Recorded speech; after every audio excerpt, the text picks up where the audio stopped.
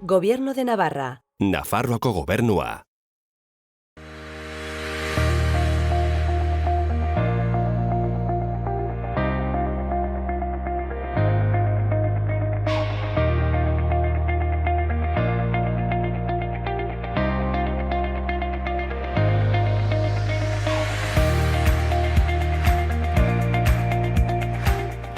Ongitorriak gaurko saiora.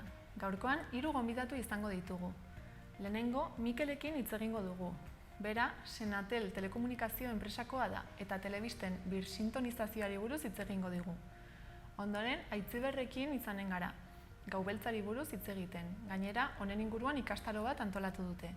Eta bukatzeko, Nafarroako IESaren aurkako batzordeko Luziarekin hitz egingo dugu osasun sexualari buruz. Orain, has gaitezen betiko edukiekin. Ikusitzagun gaurko komunikabidetako azalak. Diario de Notiziasekin hasiko gara.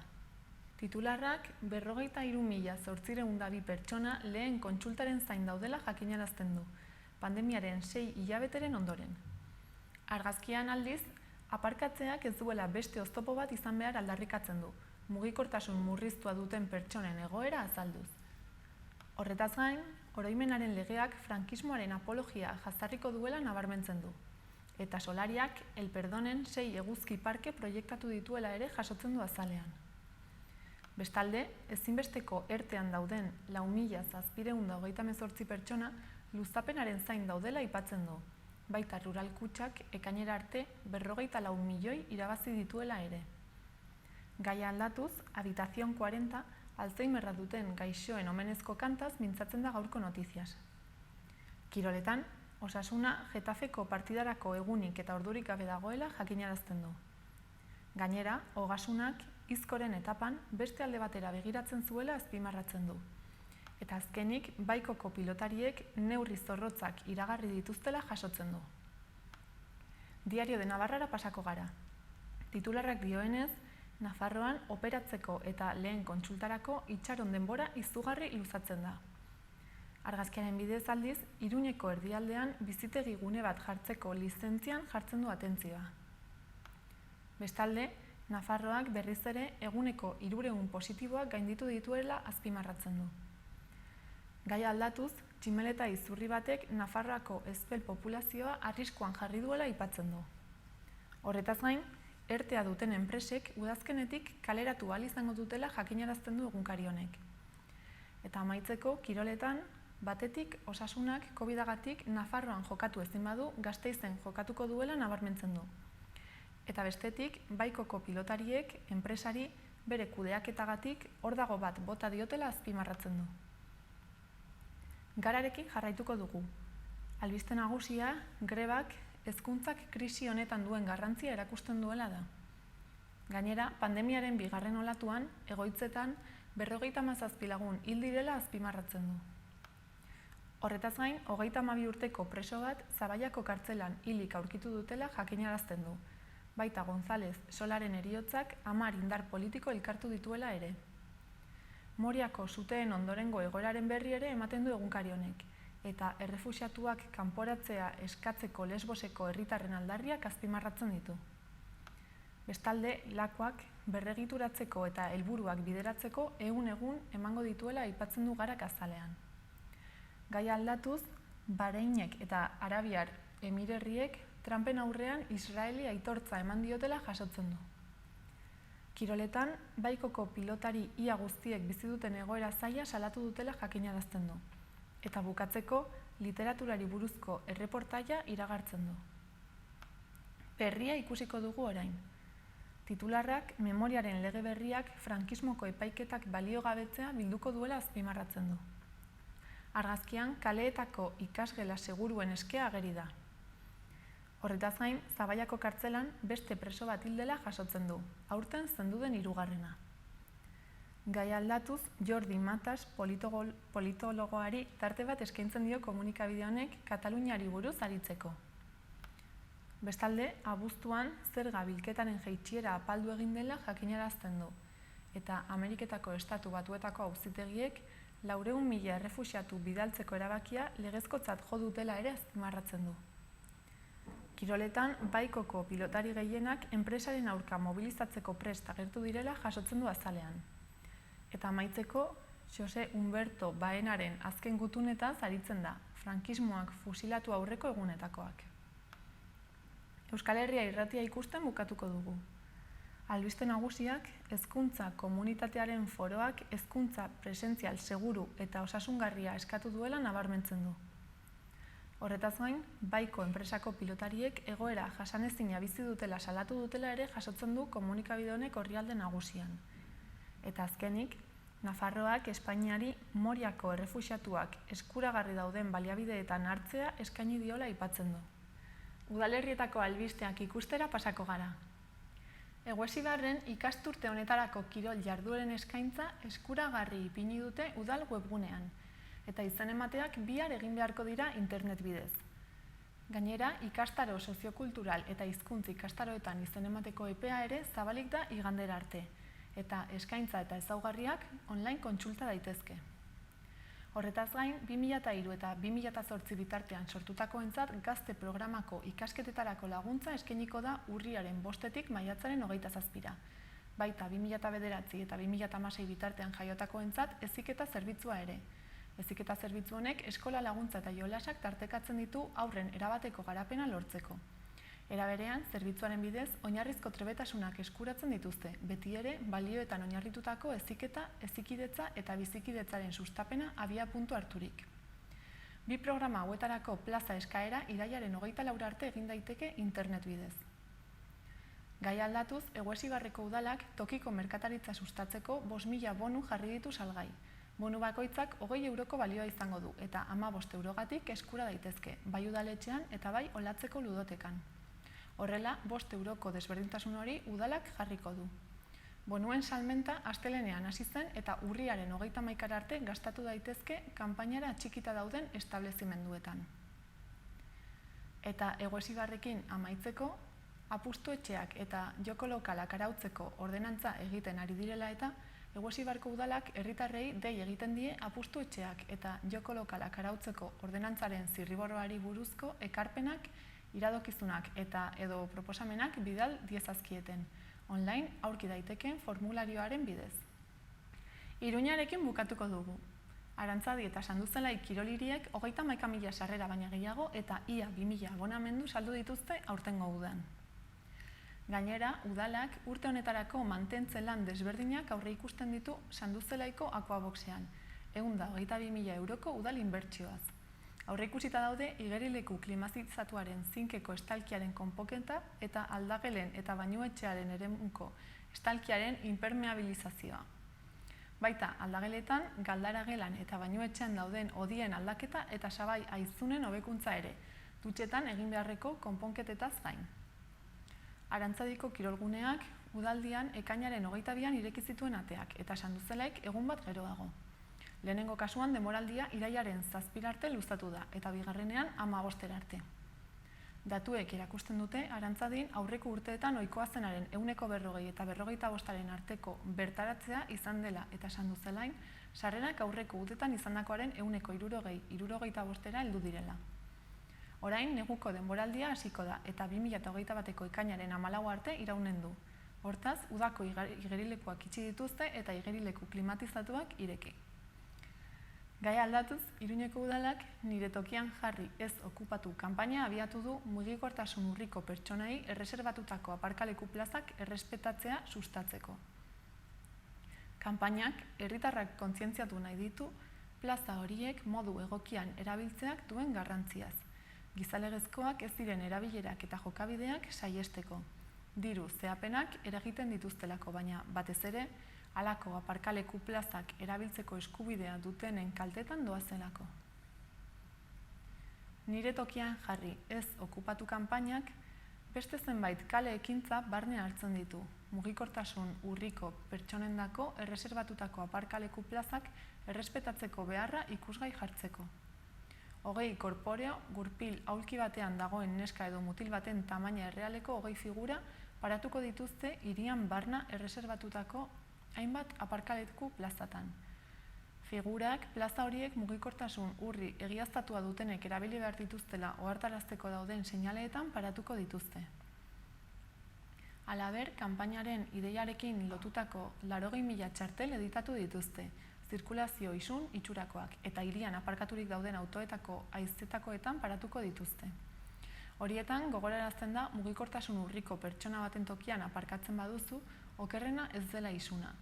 Eta eskatzen da, erreserbatutako aparkaleku plaza horiek ongi erabil daitezela. Iruñean, mugikortasun urriko 3.150 lagunek aparkatu dezakete erreserbatuta eta seinaleztatuta dauden 600 aparkaleku plaza baino gehiagotan. 2020an, Iruñeko udaltzaingoak 175 pertsona salatu ditu erreserbatutako aparkaleku plaza horiek behar ez den moduan erabiltzeagatik. Hau da, mugikortasun urria egiaztatzeko beharrezkoa den txartelik gabe aparkatzeagatik. Iaz, 198 salaketa jarri ziren kontzeptu beragatik, eta 2018an guztira 360. Eta Iruñarekin amaitzeko, asteburu honetan autobus geltokizarrean, Nafarroako 5. azoka ekologikoa ospatuko da. Sektorearen azoka garrantzitsuenaz gain, bestelako jarduerak ere eginen dira publiko guztierentzat.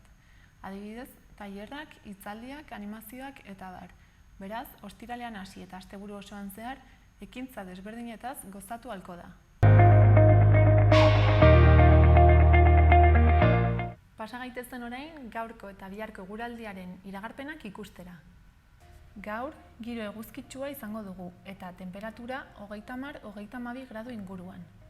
Goizeko lehen orduetan beho-hodei batzuk ager daitezke kostaldean, baina berehala desagertu eta ia lurralde osoan oskarbi egongo da goizean. Arratsaldean goi-hodei batzuk agertuko dira, baina ez diote eguzkiari traba handirik jarriko. Hortaz, giro eguzkitsuarekin jarraituko dugu. Hegoaldeko haizea ahul ibiliko da eta eguerdian ipar-ekialdetik finkatuko da. Tenperaturan ez dugu gorabehera handirik sumatuko. Bihar, ostegunean, bero kontuekin jarraituko dugu, baina hodeiak ugaritu egingo dira. Hego-ekialdeko haizea ibiliko da eta eguneko temperatura beroenak 30–35 gradu artekoak izango dira, nahiz eta zerua hodeitsu egon. Zerua zenbaitunetan estalita agertuko da eta ez da baztertzen zaparrada bakanen bat botatzea, batez ere lurraldearen hegoaldean. Egunaren bigarren zatian haizea harrotu eta zakar ibiliko da. Koronavirusa prebenitzeko gomendioak. Sarri garbitu eskuak urarekin eta saboiarekin.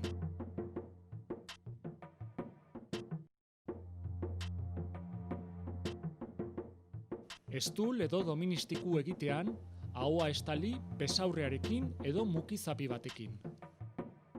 Botatzeko mukizapiak erabili, eta ondoren zakarrontzira bota. Arnas sintomarik baduzu eta infektatutako pertsona batekin kontaktuan egon bazara, etxean geratu eta deitu 112 telefono zenbakira. Beste ez zalantzarik baduzu, deitu 948 290 290 telefono zenbakira. Gobierno de Navarra. Nafarroako gobernua.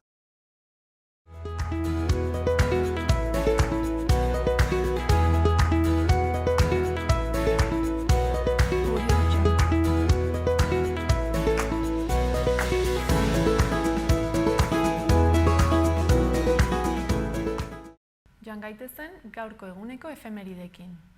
1956ko irailaren 16ean, David Copperfield ilusionista estatubatuarra jaio zen. Horretaz gain, gaurko egunez 1973 urtean, Pinocheten diktadurako agenteak Txile estadioan Victor Jara torturatu eta asasinatu zuten.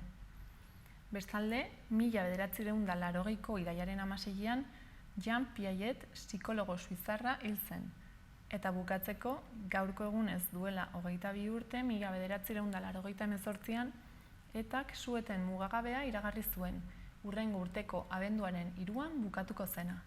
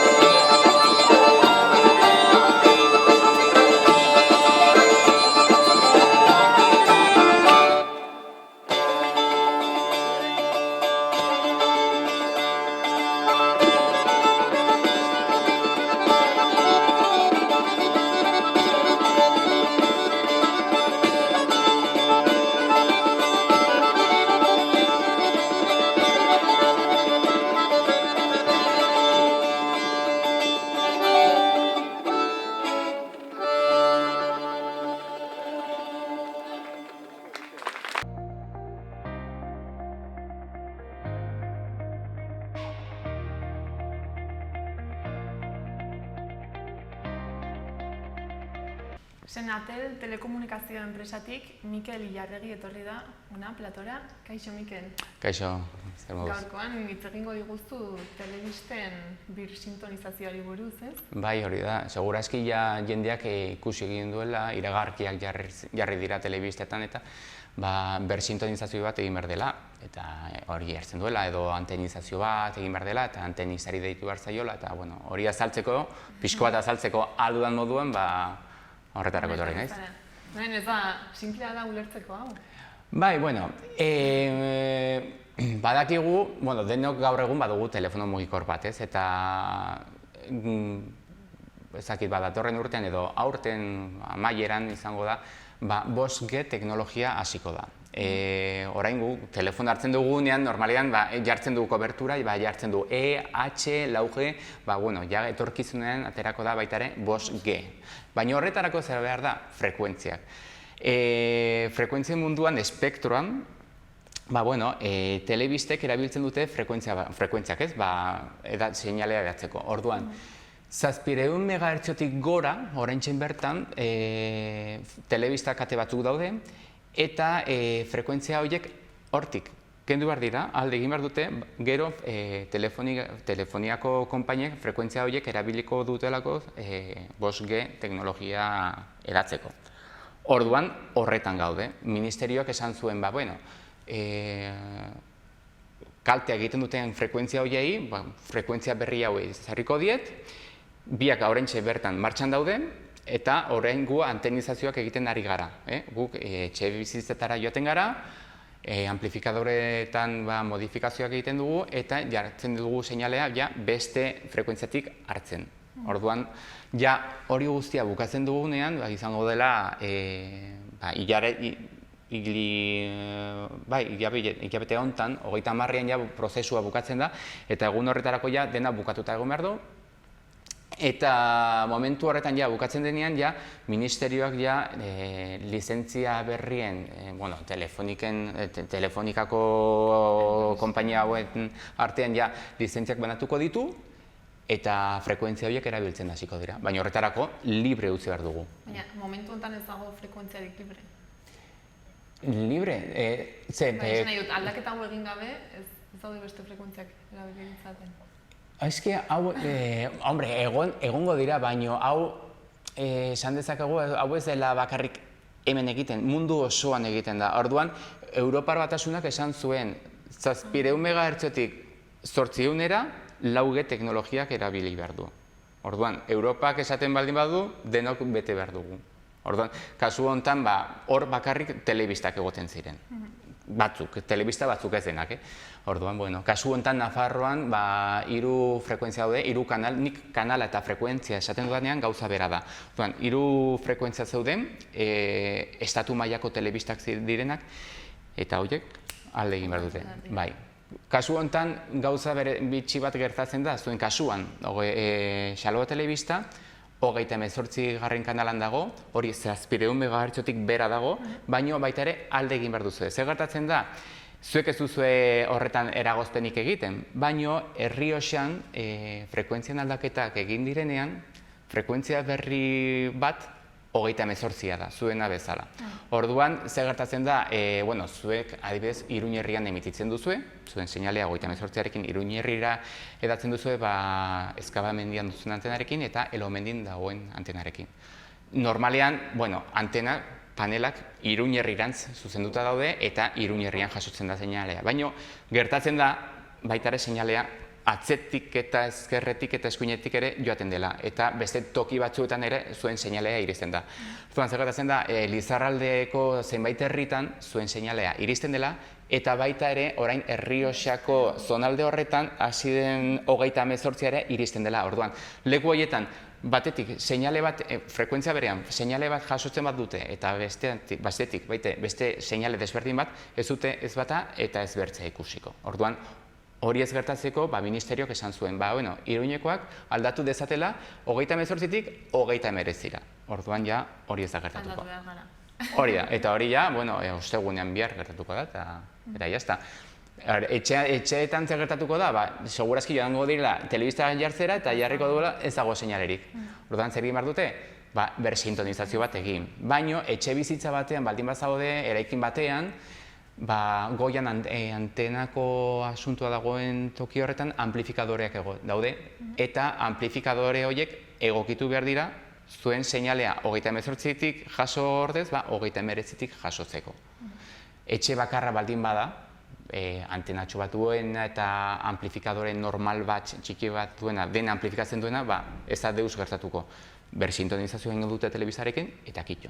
Baina normalean, eta hemen Iruñerrian, eraikin asko daude, piso pilo bat, eta pisuetan, normalean hori egokitu behar da. Eta orduan egin behar dena da telekomunikazioan. Bai, hori da, antenizari daitu. Normalean, hemen administrariek garrantzia handia izaten dute, normalean eraikin guztietan administradore bat dute, eta hoberena da administradoreari deitzea eta administradoreak bidaliko du antenista. Beste eraikin batzuetan oso txikiak direnean, oso bizila auzoko gutxi daudenean, igual bertako batek presidentaren modon lan egiten du, ez dute administradorerik, eta orduan berak deitzen du, eta haizu, etorriko zarete antenizazio egitera? Jaten gara, eta dena zarduratzen gara. Gainera, hau guztia diruz lagunduta dago, eta bai, ministerioak diru laguntzak ematen ditu, eta guk ere baita ere kudeatzen dugu hori guztia. Diru laguntzaren. Bai, asuntuari jasotzeko, bai. Orduan, datu batzuk eskatzen ditugu, kontu korrontearena, presentatu behar da dokumentu bat, banketxearen dokumentu bat, bermatzeko kontu korrontea bizilagun oikeena dela, ez dela nirea edo zurea.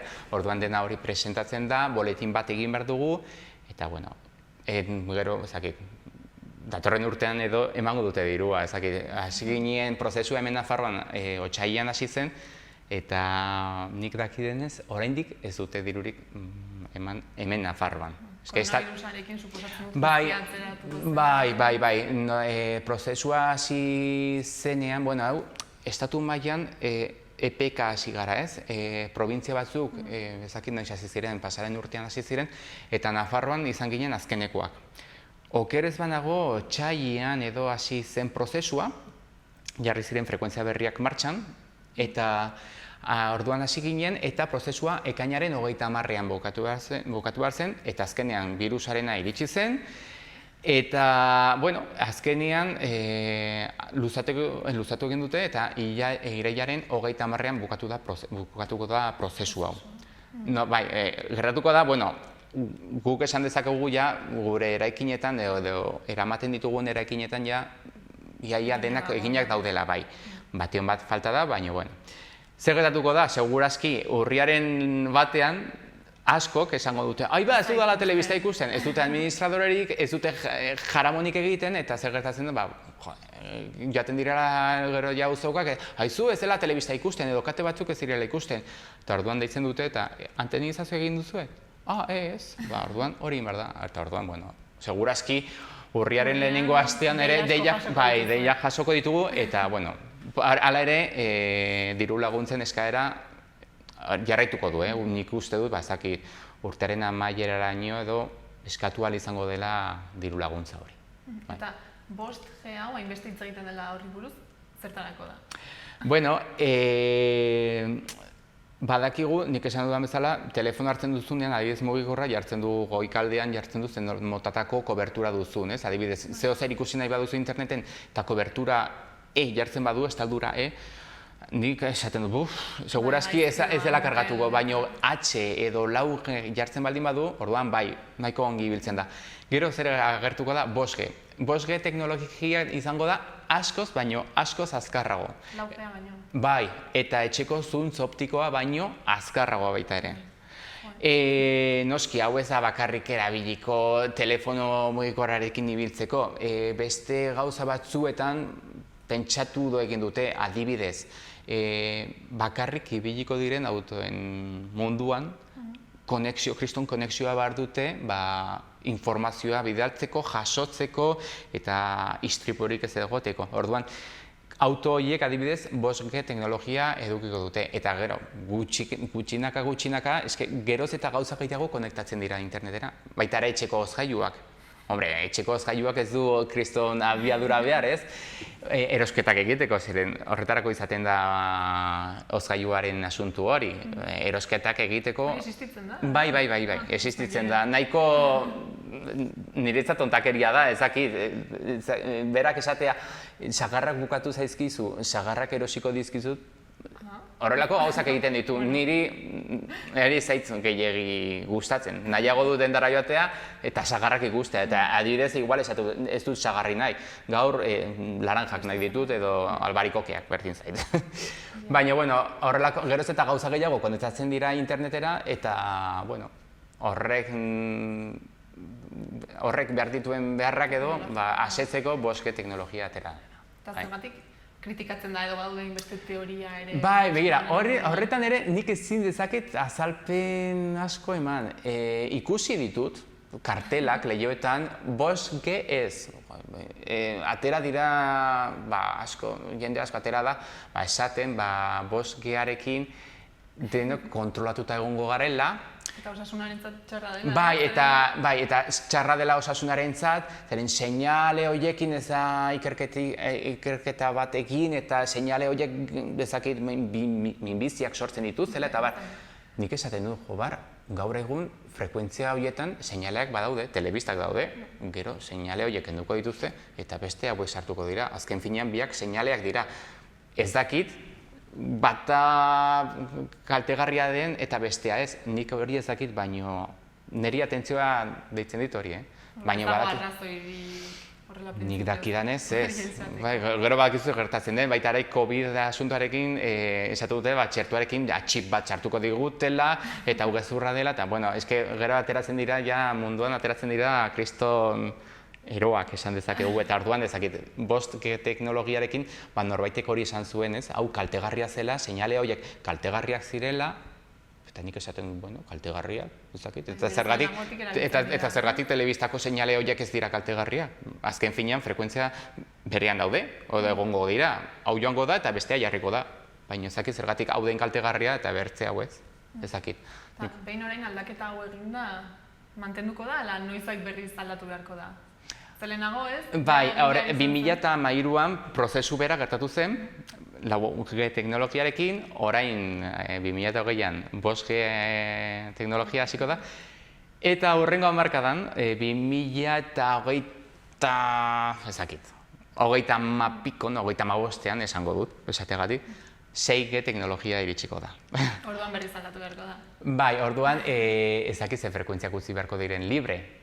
Baina telebistak geroz eta espazio txikiago ematen diete, eta bueno, ez dakitzen zenbat frekuentzia emango duten. Aurrekoan, 800-etik gora libre utzi behar izan genuen, aurten 700-etik gora, eta hurrengoan ezakit 600-etik gora izango den, ezakit, igual bakarrik kate bati afektatuko dio, ezakit, hori euskal. Frekuentzia batean, kate bat baina gehiago gondo izatzen. Bai, frekuentzia batean edo kanal batean, programazio gehiago sartzen dira.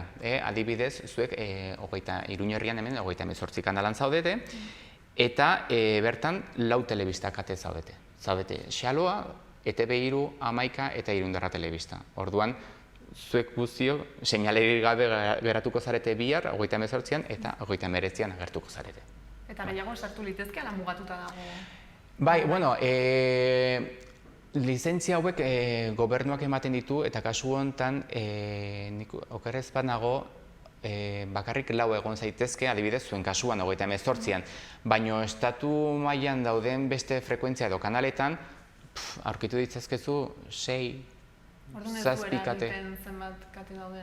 Ez. Gobernuak esaten du, edo ministerioak esaten du, 4 edo 5 kate, edo 6 kate, gainera, kontutan hartu behar da, badaudela HD-ko kateak. Normalean, igual telebista jartzen baduzu, badaude telebista batzuk normal ikusten diren, eta beste batzuk jartzen duela HD. Eta horiek definizio gehiago dute, eta horrek informazio gehiago behar du, eta orduan, espazioa murrizten dizu, ez? HD-ko kanalak jartzen badituzu guztiak, orduan ezin ditzazkezu 6 edo 7 kate sartu. Askoz gutxiago sartu behar dituzu, bakoitzak informazio gehiago eskatzen duelakoz. Dena den orain egingo dugun aldaketa honekin guztia berdin mantenduko da, ez? Kateen aldetik eta Bai, kateak berdin izan mantenduko zarete, bakarrik mugitu egin behar zaretela, kanalen dantza, besterik ez, kanalak berdinak egongo dira, eta ez dira gehiago edo gutxiago. Bueno, orduan orain, ez, ikusleek zer egin beharko lukete, zeintzuk dira pausu guztiak? Bueno, bihar, ezakit noiz izango den, teorian bihar izango da, baina ezakit gauean, goizez edo arratsaldez izango den. Xaloa jartzen baduzue eta seinalerik gabe dagoela ikusten baduzue, aldaketa burutu da, eta bersintonizazio bat egin behar duzue. Orduan, oso normala da, norbaitek esatea. Eta nork egiten du bersintonizazioa, eta nik esaten dizut, telebista zurea da, eta zuk egin behar duzu. Orduan, txartu hartzara menuan, ez da zerrendan gora eta gora joatea, baizik eta menuan sartzea, eta bersintonizazio bat egitea. Horrek suposatzen du baitara, berriz ere, kate guztiak bilatuko ditula telebistak, gero, kate guztiak lekuz aldatuko direla, eta normalean, xaloa, badibidez, 11. Programan sartuta baduzu, auskalo gero igual 47an agertu daiteke, edo 5an, edo 6an, gero ja, bakoitzak ordenatu beharko ditu. Orduan, bersintonizazio egin, eta ateratzen ez bada, xaloa, administradoreari deitu, eta administradorearik ez baldin badago, etxeko presidenteari, edo zuzenean antenistari deitu, antenizazioa egiteko. Antenista joan dadila, ekipora eta ekipoako amplifikadorek egokitzea edo behar den amplifikadore berria jartzea. 3 amplifikazio mota daude goian antenetan. Bata da, etxetan egoten dena, etxe bakar baten amplifikadorea, normalean horrek ez du misteriorik eta ez da ezer egin behar. Dena hartzen du, dena amplifikatzen du eta kito. Baina eraikinetan, horretan egoten dira 2 amplifikazio mota.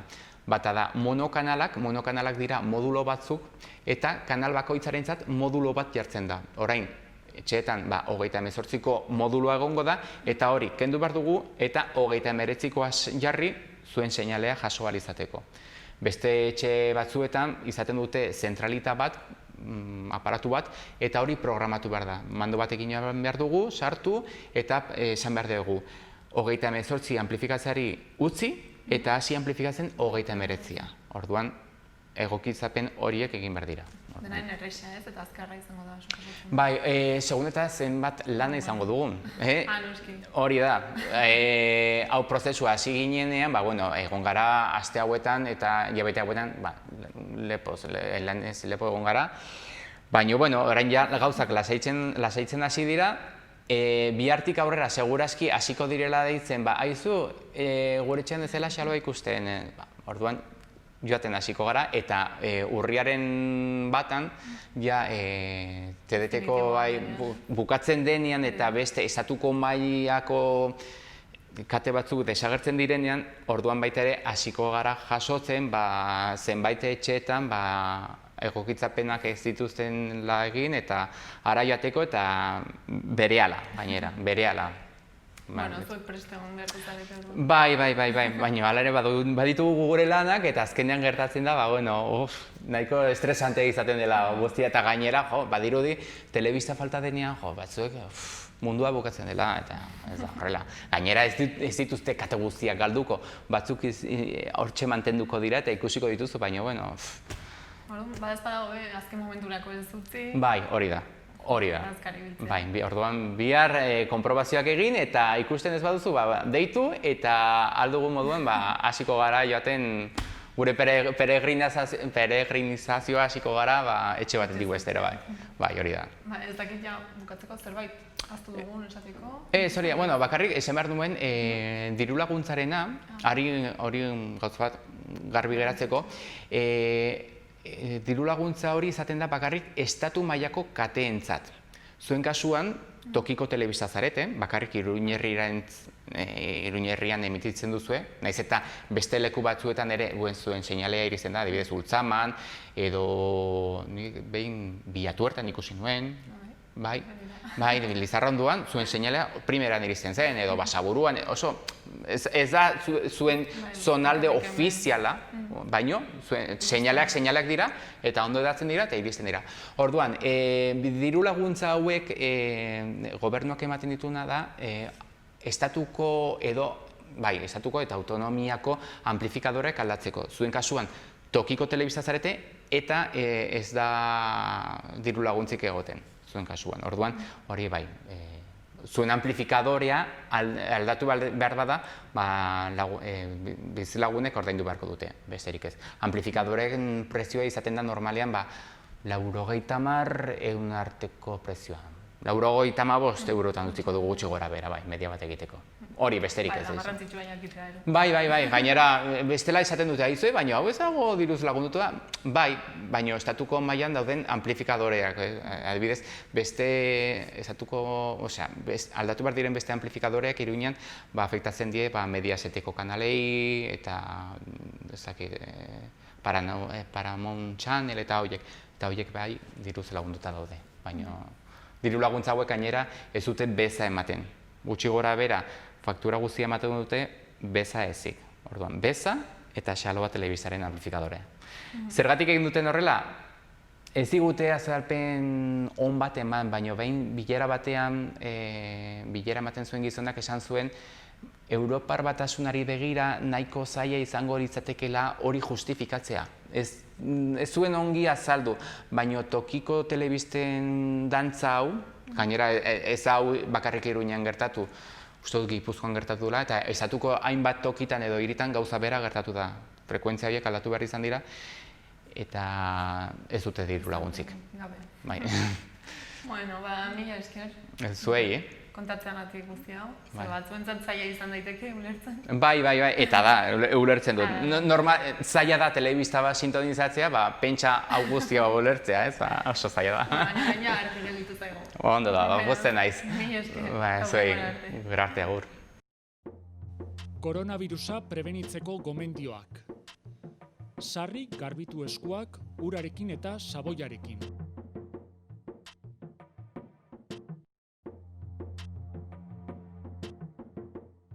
Estul edo doministiku egitean, ahoa estali besaurrearekin edo mukizapi batekin. Botatzeko mukizapiak erabili, eta ondoren zakarrontzira bota. Arnas sintomarik baduzu eta infektatutako pertsona batekin kontaktuan egon bazara, etxean geratu eta deitu 112 telefono zenbakira. Beste ez zalantzarik baduzu, deitu 948 290 telefono zenbakira. Gobierno de Navarra. Nafarroako gobernua.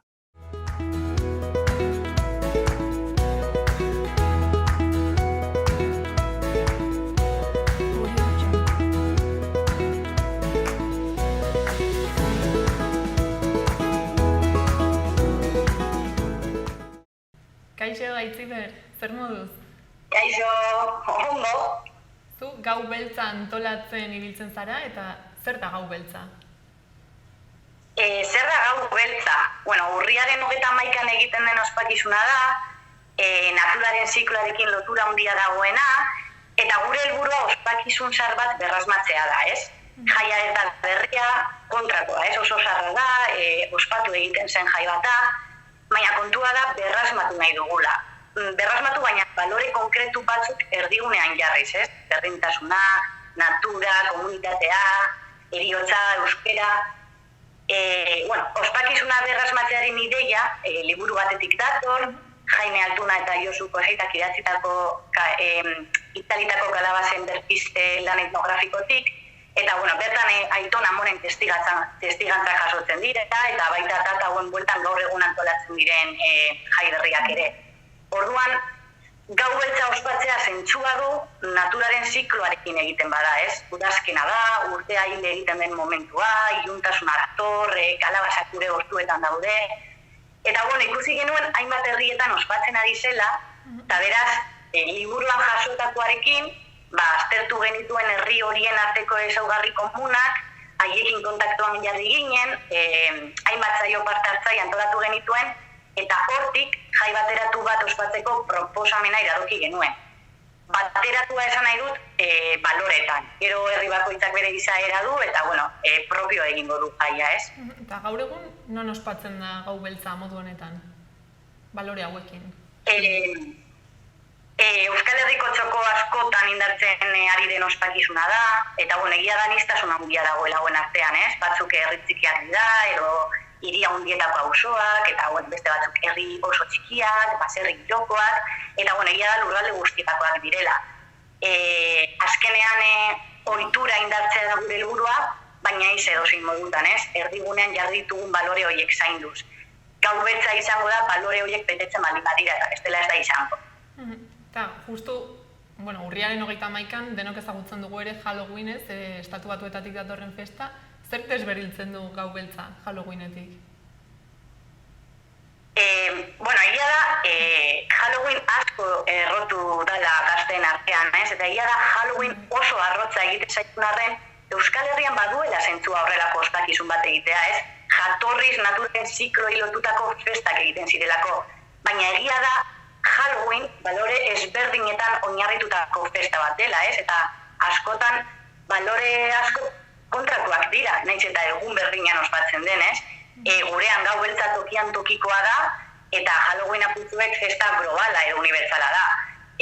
Beraz, gure lana gau beltza ospatzea da, baina gaur egun indartu nahi ditugun balore horiek sustatuz.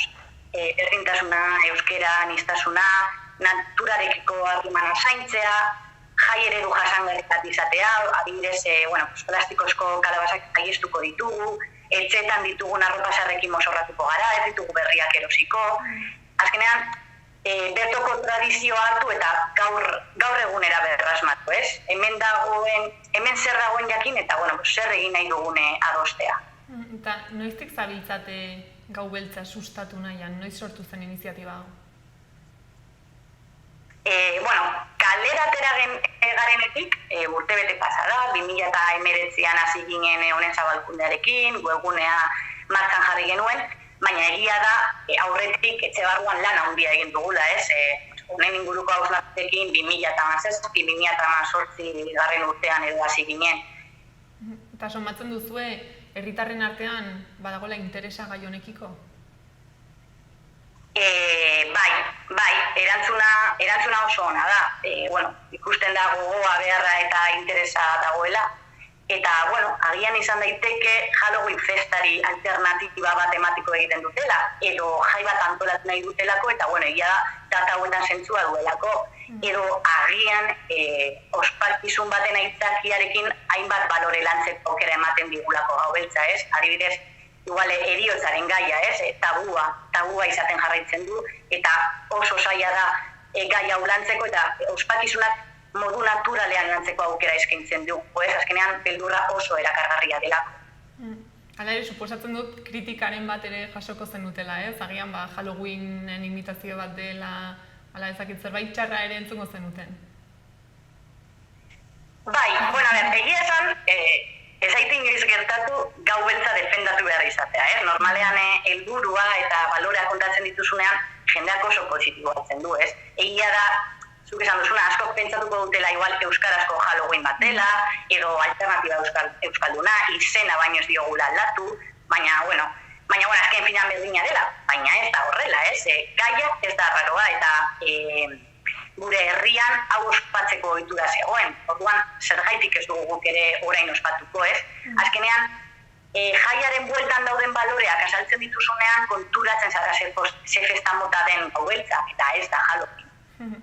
Eta gau beltzaren inguruan ikastaro bat antolatu duzue orain, ez?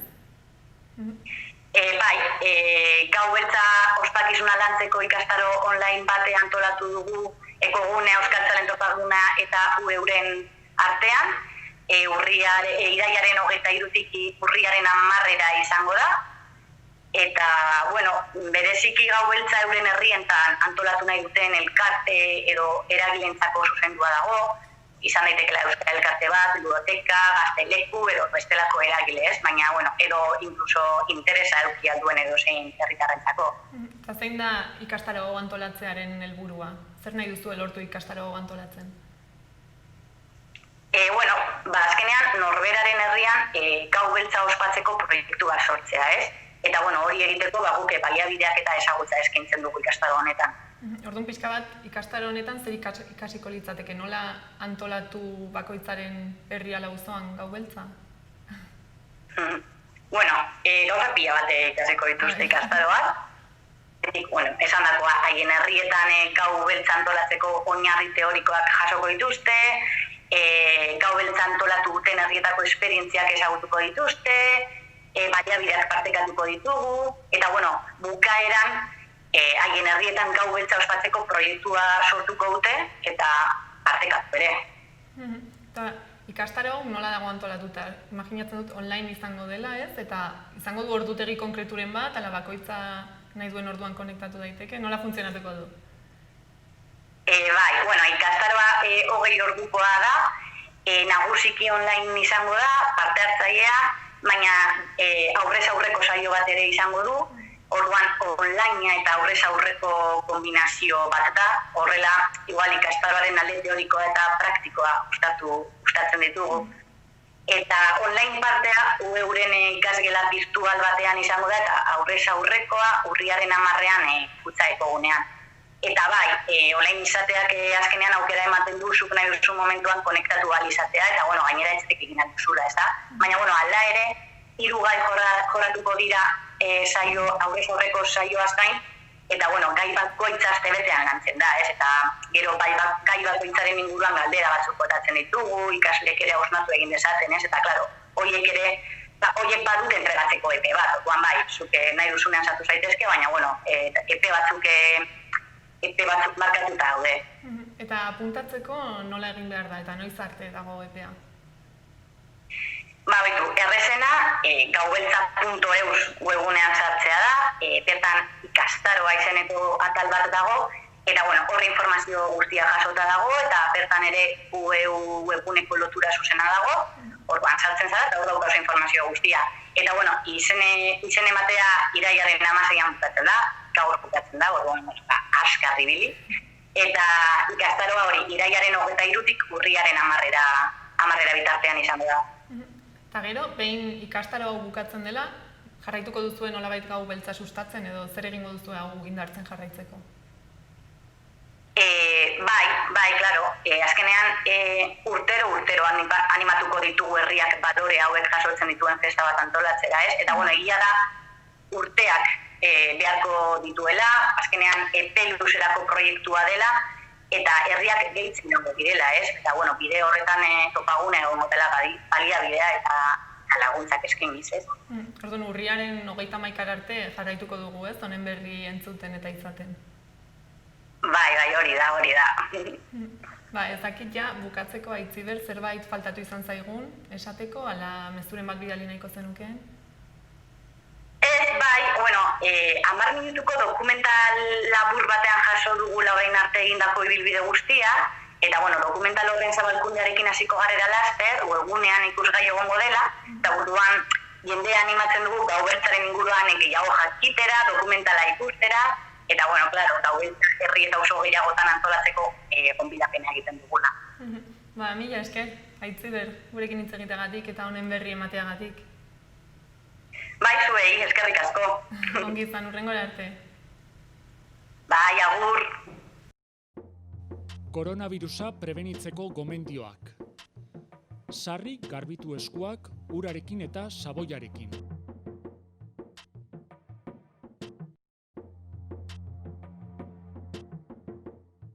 Estul edo doministiku egitean, ahoa estali besaurrearekin edo mukizapi batekin.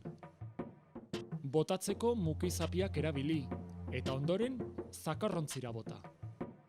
Arnas sintomarik baduzu eta infektatutako pertsona batekin kontaktuan egon bazara, etxean geratu eta deitu 112 telefono zenbakira. Beste ez zalantzarik baduzu, deitu 948 290 290 telefono zenbakira. Gobierno de Navarra. Nafarroako gobernua.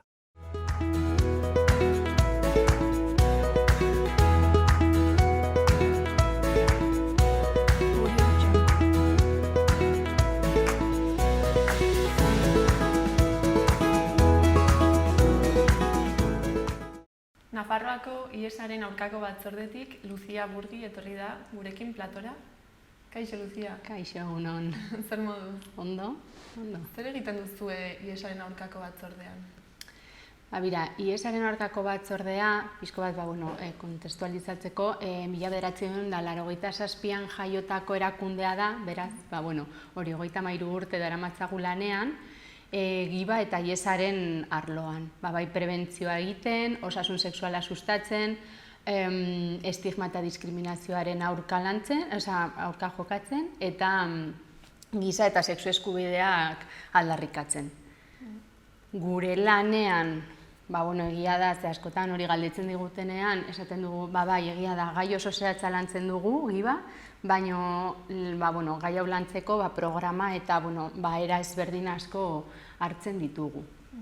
Eta ze zerbitzu eskaintzen dituzue? Alde batetik baditugu, egunerokoan egiten ditugu programak, eta nolabait, hori urtean zehar beti egiten ditugunak, eta beste aldetik egiten ditugu kanpaina zehatz batzuk, segun eta urtearen azte denboraldian egiten ditugun, eta hola. Orduan, alde batetik eskaintzen dugu arrisku murrizketarako eta prebentziorako programa, non material preventiboa banatzen dugu, siringa trukea egiten dugu baita ere, siringa bidez kontsumoak hartzen dituzten pertsonendako, hauetan baita ere eta momentu hauetan osasuna lantzen dugu, osasun sexuala, elikagai hezkuntza egiten dugu, hilabetean behin egiten dugu elikagaien banaketa, baita ere gure batzordean. Gero kanpaina ezberdin asko egiten dugu, bai gazteriari zuzendutakoak, emakumei, LGTBI kolektiboari, eta formakuntza programa daukagu. Zehazki baita ere, gay, bisexual eta beste gizonekin sexu praktikak dauzkaten gizonendako programa zehatza dugu. Eta, giebaren froga egiten dugu baita ere, akonpainamendua eta laguntza emozionala, batez ere, urte honetan, biziari garen krisi honetan, programa hau zehazki gorakada egin du, ze, behar handia ikusi dugu gure batzordera etortzen diren pertsonen artean, eta, seguruenik asko hasten zaizkidala, baina, hori programa asko, eta baita ere hori komentatzen ari genuena, festivaletan egiten dugu kanpaina Egoak elkartearekin eta Nafarroaren gazteriaren kontseiluarekin batera, pixko bat hori gazteriari osasun sexuala sustatzeko eta baita ere kontsumoen inguruko arrisku murrizketa pixko bat egiteko.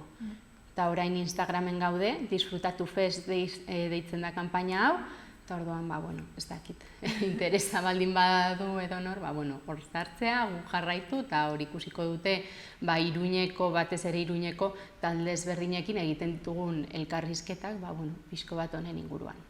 Orduan, pixka bat zuen lana, nori zuzentzen zaio gizarte osoari, azken finean? Bai, hola da, gizarte hori, ez dago perfil zehatza, giba guztion gauza dena da, eta orduan, bai egiten dugula, kolektibo zehatzei zuzentzen diegu kanpainak, baino bai, gizarte hori. Beste kanpaina desberdin izan da, azkenean? Horregatik, egia da, kontuan izan behar ditugula ezberdintasunak, kanpaina zehatzagoak egin alizateko, baino bai, gizarte hori. Eta orain COVID-19aren egoera guztionek nola aldatu duzuen lana?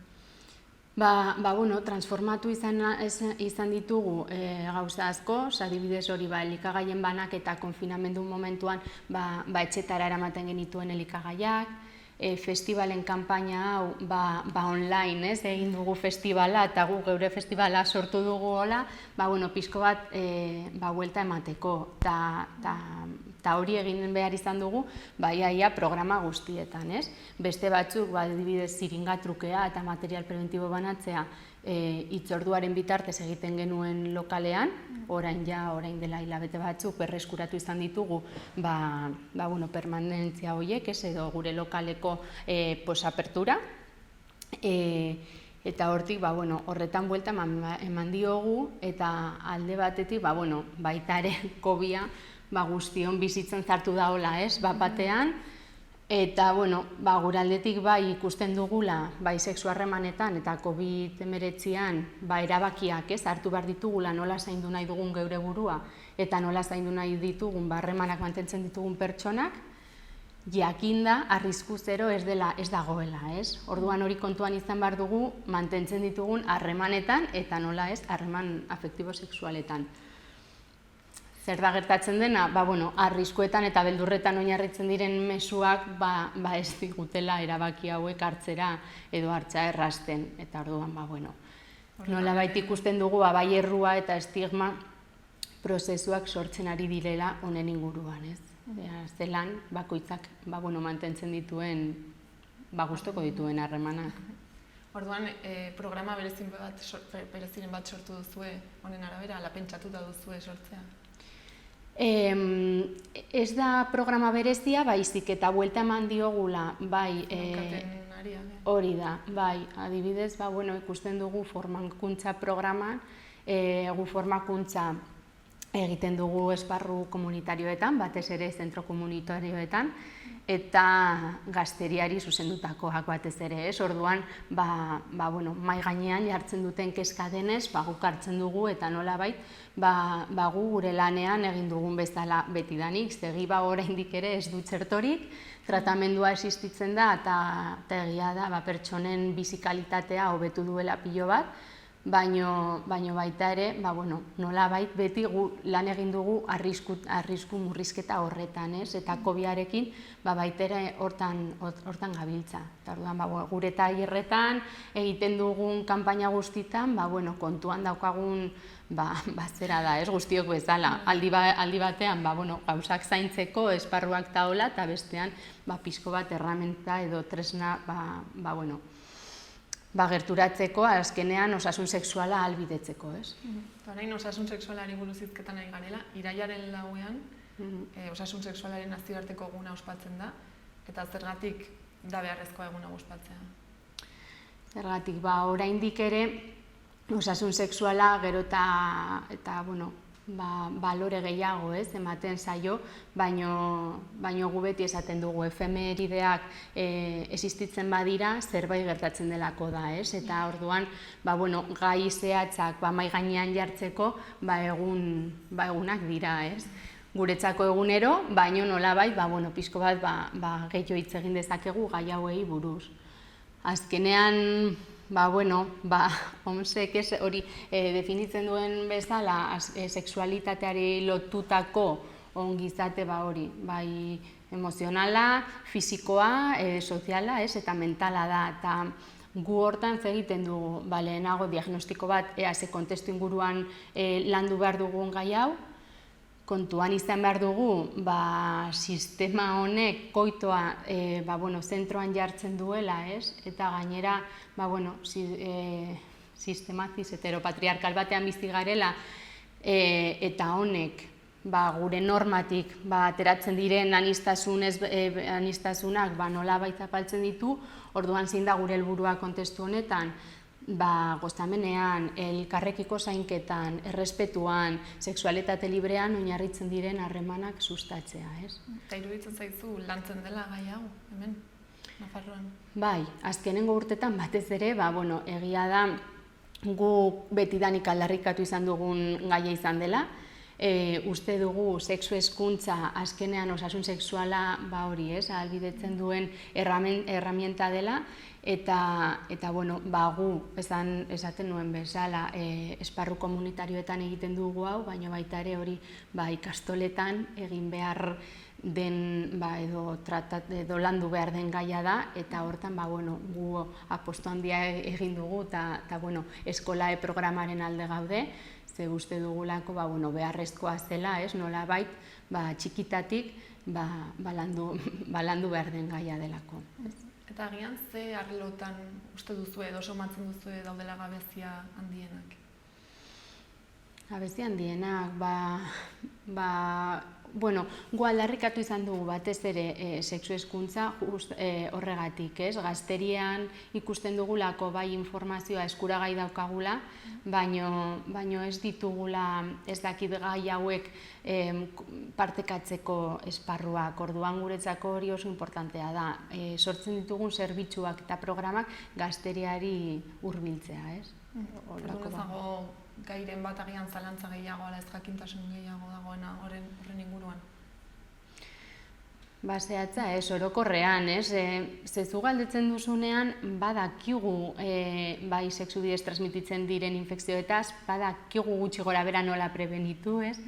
Egia da askotan baita ere aurkitzen dugula galdera, oraindik ere egiba ea listuaren bidez transmititzen den ala ez, argi esan behar dugu ez, momentu honetan ikusi behar dugu COVID-az ez hartu delako, baino gutxienez giba musuen bidez ez da transmititzen, eta oraindik ere egia da, esaten duzu, informazioa daukagu bai, baina zergaitik ez zaigu heltzen, eta oraindik dauzkagu olako zalantzak. Hortan, gure pentsatzeko moduan, hori, sexu hezkuntza falta da, eta orduan, hortan, esparru ezberdinetan, gustatuko litzaiguke kontuan izatea. Orduan, etorkizunera begira, gustatuko litzaizueke sexu hezkuntza zabaltzea, ez? Hori izango litzateke zuen helburuetako bat. Hori da, bai. Guzti hori, eta gainera urte guztitan, ez bakarrik gazteriari zuzendutakoa, baizik eta helduentzako eta guztientzat positibo den zerbait uste dugu. Eta orain egoera honek, COVID-arenak, zerbait aldatu du osasun sexualaren inguruan, esan duzu baietz, ez? Bai.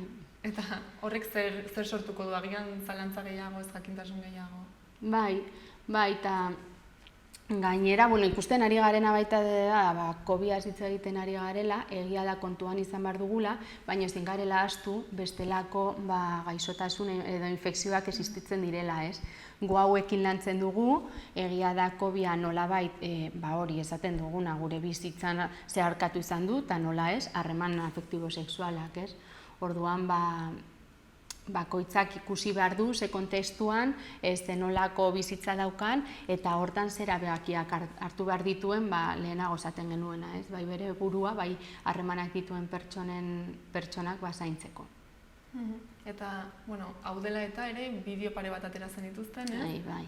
Lakomiren errezetak, eta zergatik erabaki zen duten bideo hauek egitea. Guretzako aniztasuna oso importantea delako, uste dugu askotan ez dela, ez daiola, ez daukan balioa ematen, baizik eta justo kontrakoa, honen aurka jotzen da askotan, eta gure helburua pixko bat hau zen, sexualitatean hitzak direla ikustaraztea, eta horretarako LGTBI kolektiboko pertsona askokin kontatu izan genuen bideo hau egiteko, eta hemendik ere aprobetxatu eskerrak emateko, hori tutti frutti da bideo bat eta bestea sandwich erotikoa, eta horren jolasa nola praktika ezberdinak existitzen diren, hauetaz nola gozatu, eta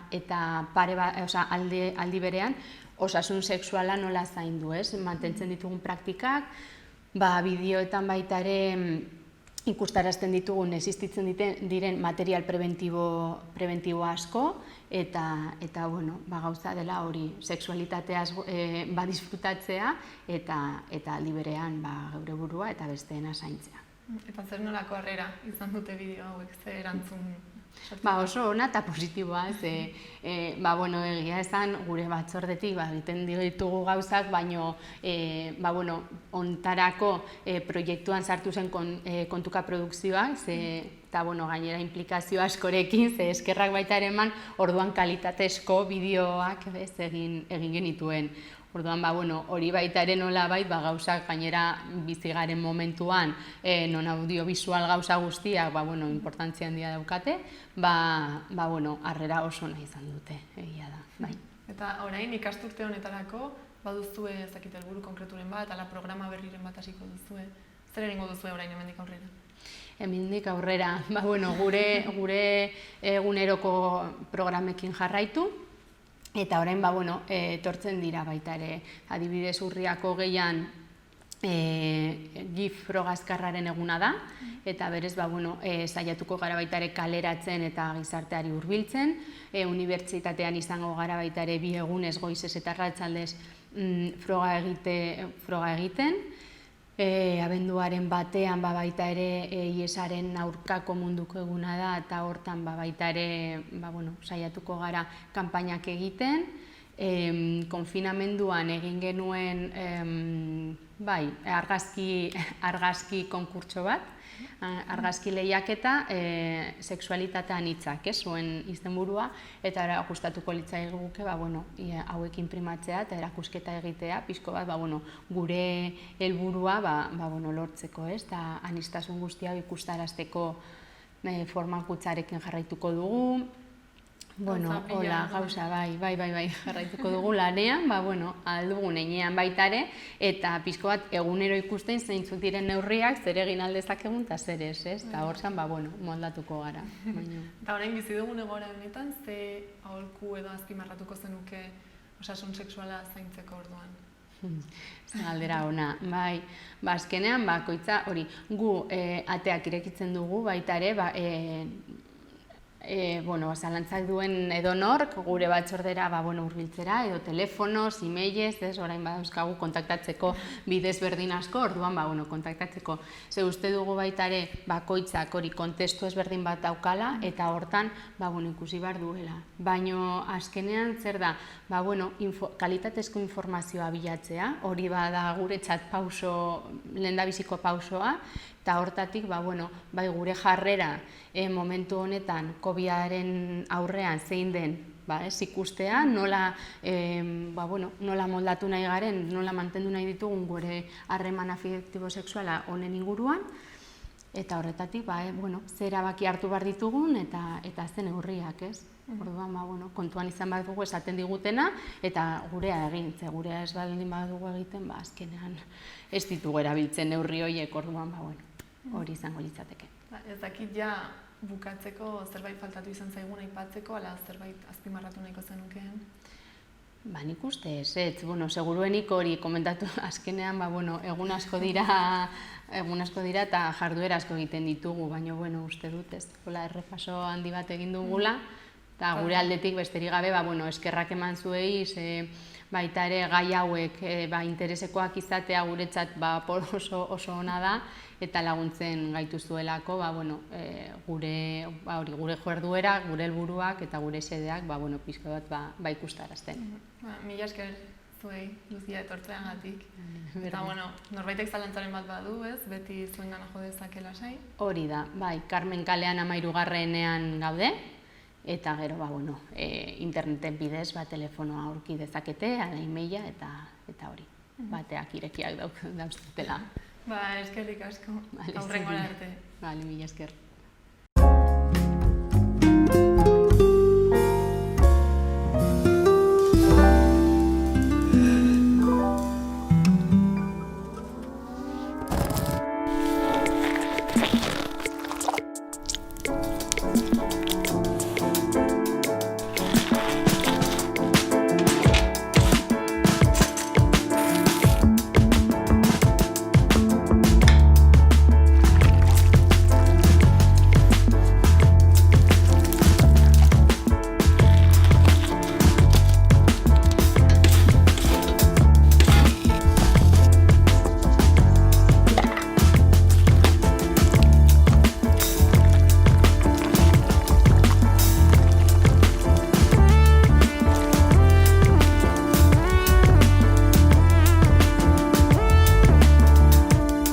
Plazerraren, gastronomiaren errezetetako bat besterik ez da hau. Esploratu eta aurkitu zein diren gehien gustatzen zaizkizunak. Y recuerda los siguientes materiales para prevenir infecciones de transmisión sexual. Fisting praktiketan eta hatzak egiteko eskularruak erabiltzea. El cuadrante de látex o poliuretano en sexo oral vaginal y anal. Eta lubrifikatzailea penetrazioetan dilatazioa errazteko. Informazio gehiago, nahi izanez gero, jarri harremanetan. Para más información, contáctanos.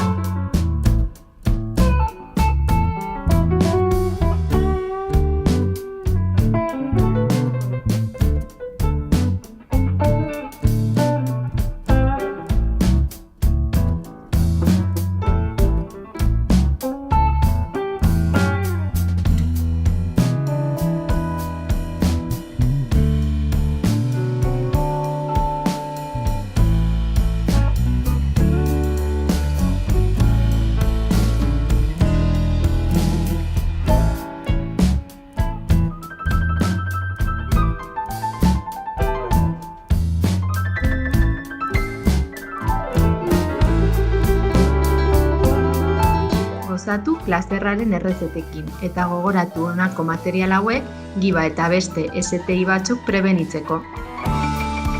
Preservativo interno y externo en penetraciones anales y vaginales. También son recomendables en sexo oral y el lubricante para facilitar la dilatación en las penetraciones.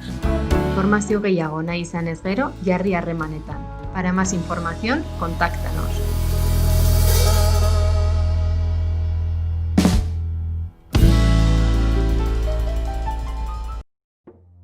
Koronavirusa prebenitzeko gomendioak. Sarri garbitu eskuak urarekin eta saboiarekin.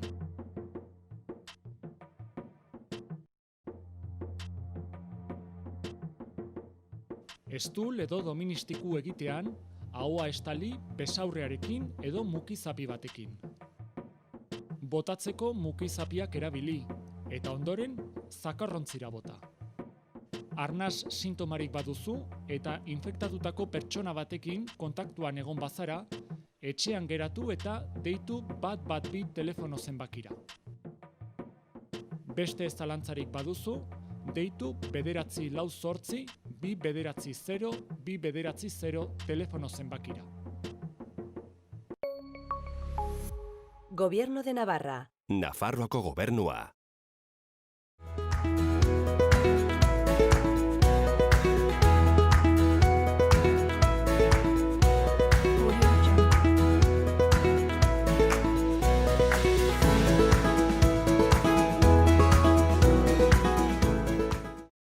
Gaurkoz hau izan da guztia. Orain, Jose Luis Altzugarairen erakusketaren irudiekin utziko zaituztegu. Mila esker eta bihar arte.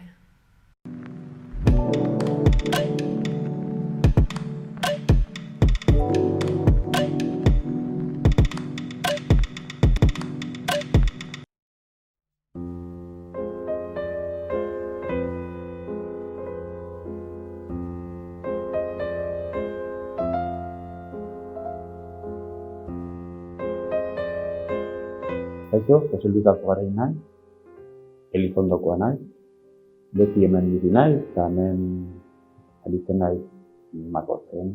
Beti gustatu zaidan margotzen, bargautu, baino, gazte gauzetan nabilen, futbolean egiten nintzen, eskubaloian lehenbiziko, gero futbolean, eta hori dena utzi nuen, jarin batean, eta zerbait indar nuen, eta etxean, inuen kuadro bat,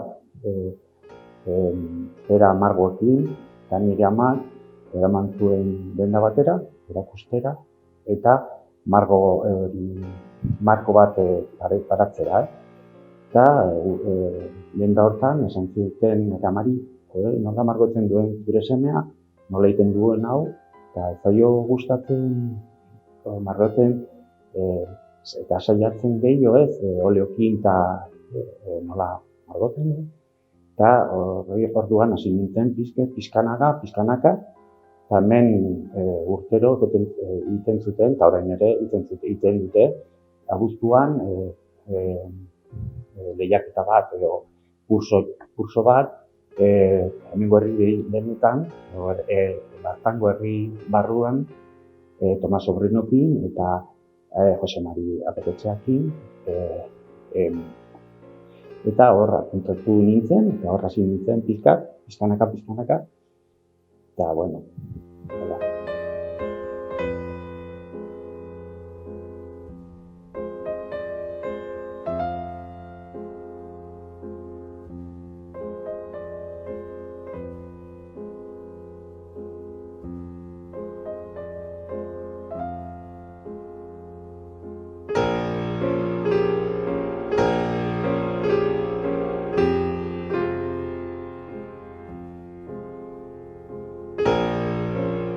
Olakoa ez dakit, nire margoak nireak dire ez zait gustatzen eskola batean sartzea, eta ez zait inportzen beste margoak nola diren, baino bai esango nuke impresionistain idea hori gustatzen zaidala, ez? Ez da tema bat ez du hainbertze inportzen, baina bai ambientea bai nola aldatzen dien gauz berdinak, nola diren desberdinak egun batetik batzera, eta hori gustatzen zait.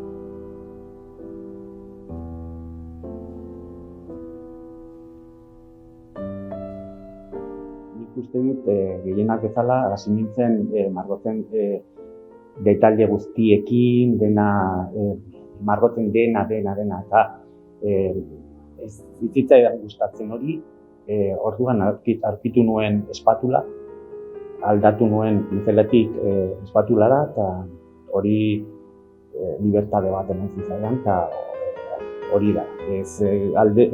Nahi dut, gero eta gehiago galdu ez dakit nola esan. Prezisio hori, eta soltura gehiagokin margotzea, eta hori, baino ez inoiz ere ez galdu, ez nahi dut ezagutzea ze tema den, ez abstraktora ailegatu gabe.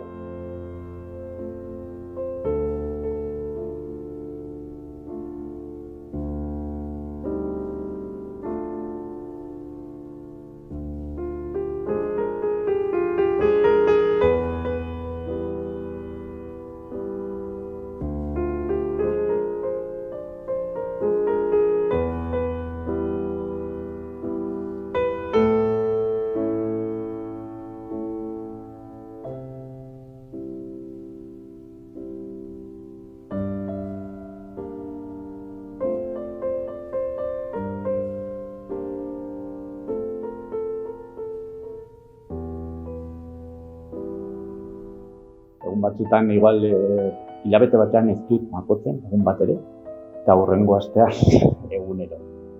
Eta, bai, inoiz ere ez dut margotzen, 2 ordu baino gehiago ez dut margotzen.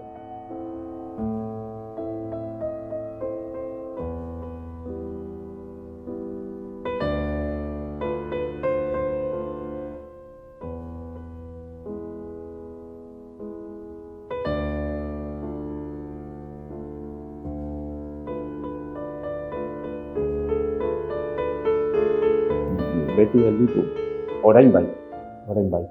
Ez baitzait gustatzen, nik hasten dut margo bat idea batekin, eta margo erritian ikusten badut margoa bertze bidea hartzen nahi direla, gelditzen naiz. Diskusio bat bezala izaten da nire margoarekin, eta normalki margoak irabazten du, eta nik ikusten dut bera nahi duna aldatzen dute.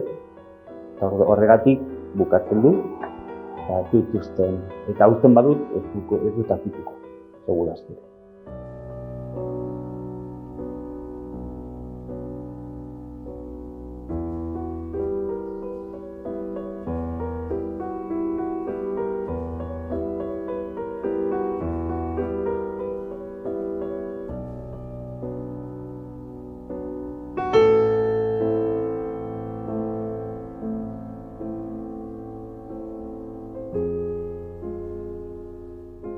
Paisaje, batango paisaje. Aurten bada bat ez dela hemengoa, baino denak hemengoak dira. Eta oso hurbila gainera, egunero ikusten duten gauzak. Baino, hori, aldaketa hori, ambienteko aldaketa hori nahi du hartu.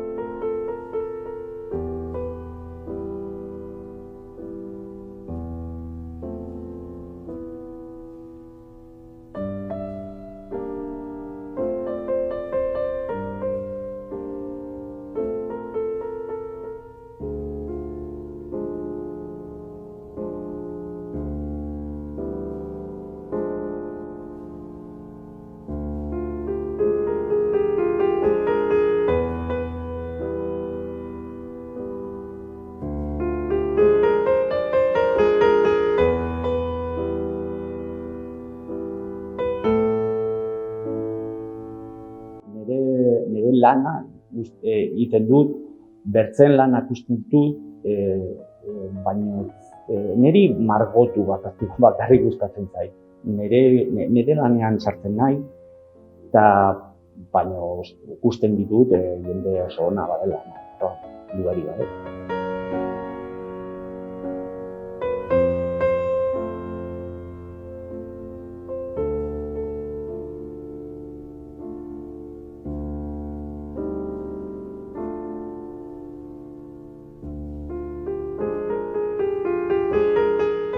Oso zaila.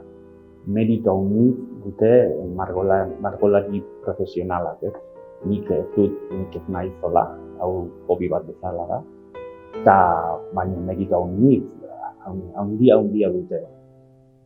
Niri ez dait, etortzen den jendia ikusten dute eta esaten dute. Ez duzu behin ere pensatu hori profesional bezala egiten dut.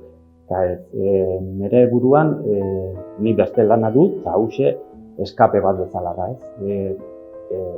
Hauxe nire lana bihurtzen badut, gertatzen da, hobirik gabe gelditzen naiz.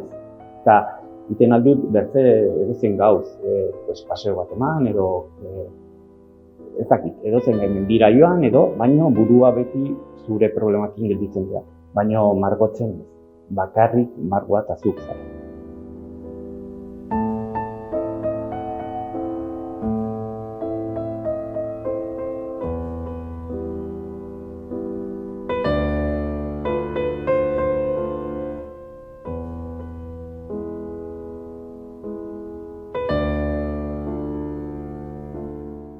Lehenbizikoa eta niri margotu, nik ikusten nuen leheno txikitik margolari oso onak eta oso teknika handikoak.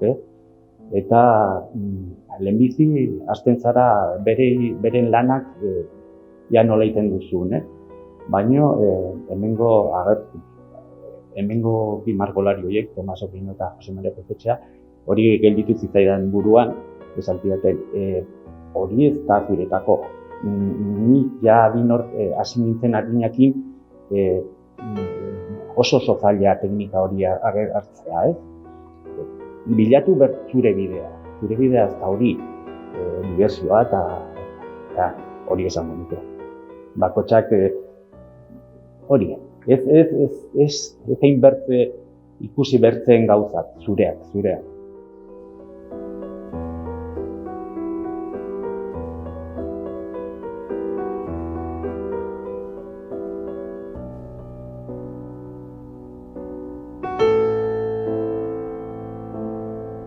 Urte guztian hemen egoten naiz, nahi badute ikusi erakusketa, udan egoten naiz, gehiago, baina urte guztian Gibelkaldin badut nire estudio bezala, egunero ez, baina asteburuetan etortzen naiz margotzera eta hoxe erikita egoten da.